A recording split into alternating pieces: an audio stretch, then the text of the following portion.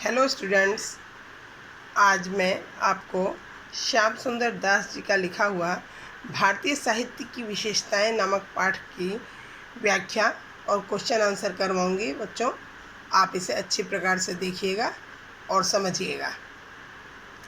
साहित्यिक समन्वय से हमारा तात्पर्य साहित्य में प्रदर्शित सुख दुख, उत्थान पतन, हर्ष विषाद आदि विरोधी तथा विपरीत भावों के उत्थान पतन, हर्ष विषाद आदि विरोधी तथा विपरीत भावों के समीकरण तथा एक अलौकिक आनंद में उनके विलीन होने से है।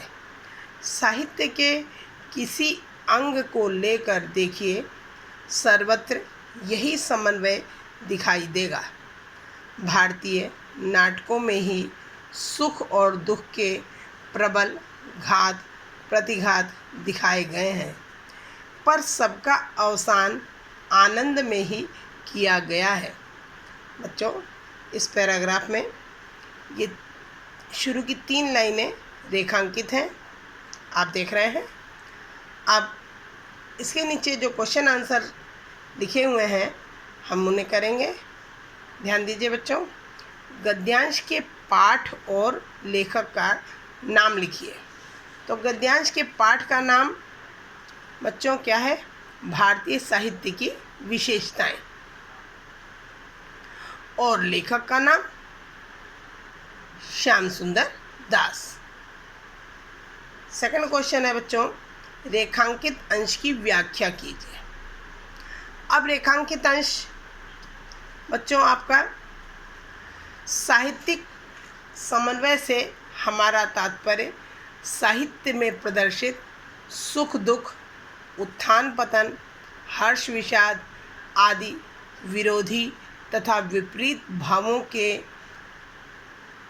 समीकरण तथा एक अलौकिक आनंद में उनके विलीन होने से है।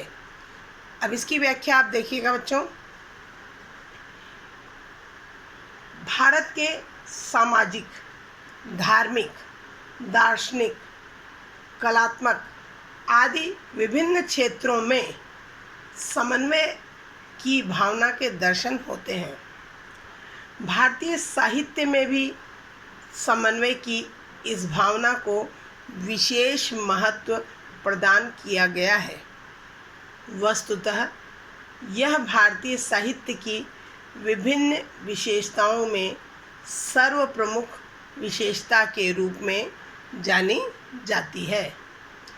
भारतीय साहित्य में प्रारंभ से ही समन्वय की भावना पर आधारित साहित्य का सृजन किया गया है।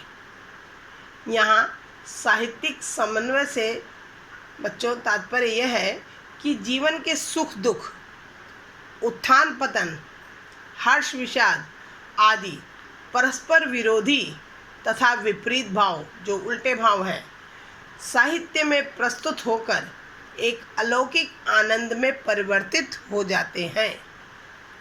सुख दुख आदि सभी परस्पर विरोधी भावों को मानव जीवन में उत्पन्न होने वाली अनिवार्य एवं समान रूप से महत्वपूर्ण भावनात्मक दशाएं मानकर अंततः आनंद की ओर प्रवृत्त करना ही भारतीय साहित्य का प्रमुख लक्ष्य रहा है। यही उनका उद्देश्य रहा है। अब बच्चों अगला प्रश्न देखेंगे कि विभिन्न भावों के एक अलौकिक आनंद में विलीन होना क्या कहलाता है? देखिए आंसर कि विभिन्न भावों के एक अलौकिक आनंद में विलीन होना साहित्यिक समन्वय कहलाता है। अगला क्वेश्चन है, भारतीय साहित्य में किन भावों का समीकरण दिखाई देता है? भारतीय साहित्य में सुख दुख, उत्थान पतन, हर्ष विषाद आदि विरोधी भावों का समीकरण दिखाई देता है। और फिफ्थ क्वेश्चन है, भारतीय नाटकों की कौन सी विशेषता बताई गई है? आंसर देखिए, भारतीय नाटकों की यह विशेषता बताई गई कि उनमें सुख दुख के प्रबल घात प्रतिघात दिखाए जाने के बाद उसका अवसान आनंद में ही होता है। अवसान मीन्स अंत, उसका अंत आनंद में ही होता है। अब एक पैराग्राफ आप और समझिए। भारतीयों का ध्येय मीन्स उद्देश्य, सदा से जीवन का आदर्श स्वरूप उपस्थित करके उसका उत्कर्ष बढ़ाने और उसे उन्नत बनाने का रहा है। वर्तमान स्थिति से उसका इतना संबंध नहीं है जितना भविष्य की संभाव्य उन्नति से है। हमारे यहाँ पाश्चात्य प्रणाली के दुखांत नाटक इसीलिए नहीं दिख पड़ते। यदि आजकल 2-4 नाटक ऐसे दिख भी पड़ने लगे हैं तो वे भारतीय आदर्श से दूर और पाश्चात्य आदर्श के अनुकरण मात्र हैं। अब आप क्वेश्चन आंसर देखिएगा बच्चों। पहला क्वेश्चन, गद्यांश के पाठ और लेखक का नाम लिखिए। आपने ऊपर भी किया है। गद्यांश के पाठ का नाम भारतीय साहित्य की विशेषताएं और लेखक का नाम श्याम सुंदर दास। ये क्वेश्चन आपसे कभी कभी इस तरह से भी पूछा जाता है कि उपर्युक्त गद्यांश का संदर्भ लिखिए। तो आप कैसे लिखेंगे? आपको मालूम है, प्रस्तुत गद्यांश प्रसिद्ध लेखक बाबू श्याम सुंदर दास द्वारा लिखित निबंध भारतीय साहित्य की विशेषताओं से उद्धृत है। यह निबंध हमारी हिंदी की पाठ्यपुस्तक के गद्य भाग में संकलित है।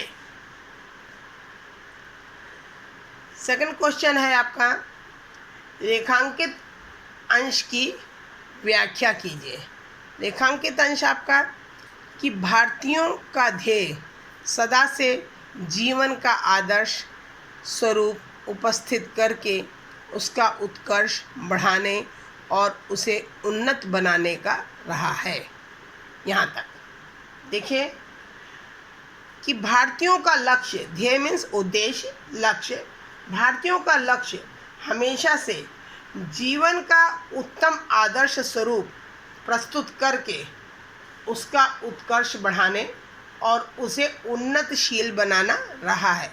उसकी उन्नति हो और उसका उत्कर्ष हमेशा बढ़ता रहे, ताकि सामाजिक जीवन में किसी भी प्रकार का विकार न आने पाए, किसी प्रकार की कोई भी समस्या न आने पाए।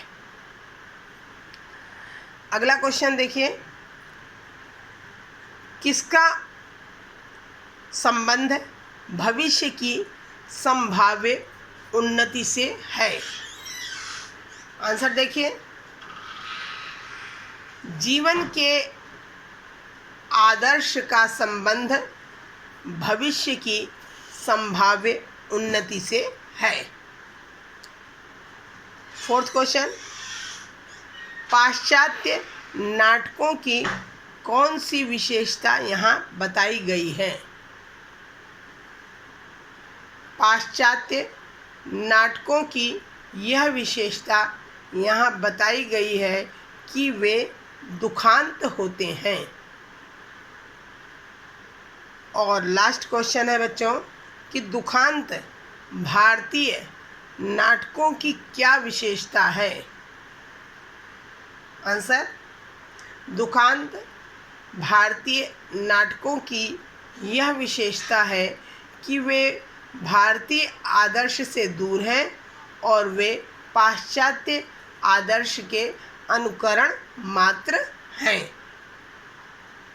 उम्मीद है बच्चों कि आपको ये दोनों पैराग्राफ समझ में आए होंगे, इसकी व्याख्या भी और क्वेश्चन आंसर भी। और अगर आपको ना समझ में आया हो या कोई भी प्रॉब्लम हो तो आप मुझसे कभी भी पूछ सकते हैं।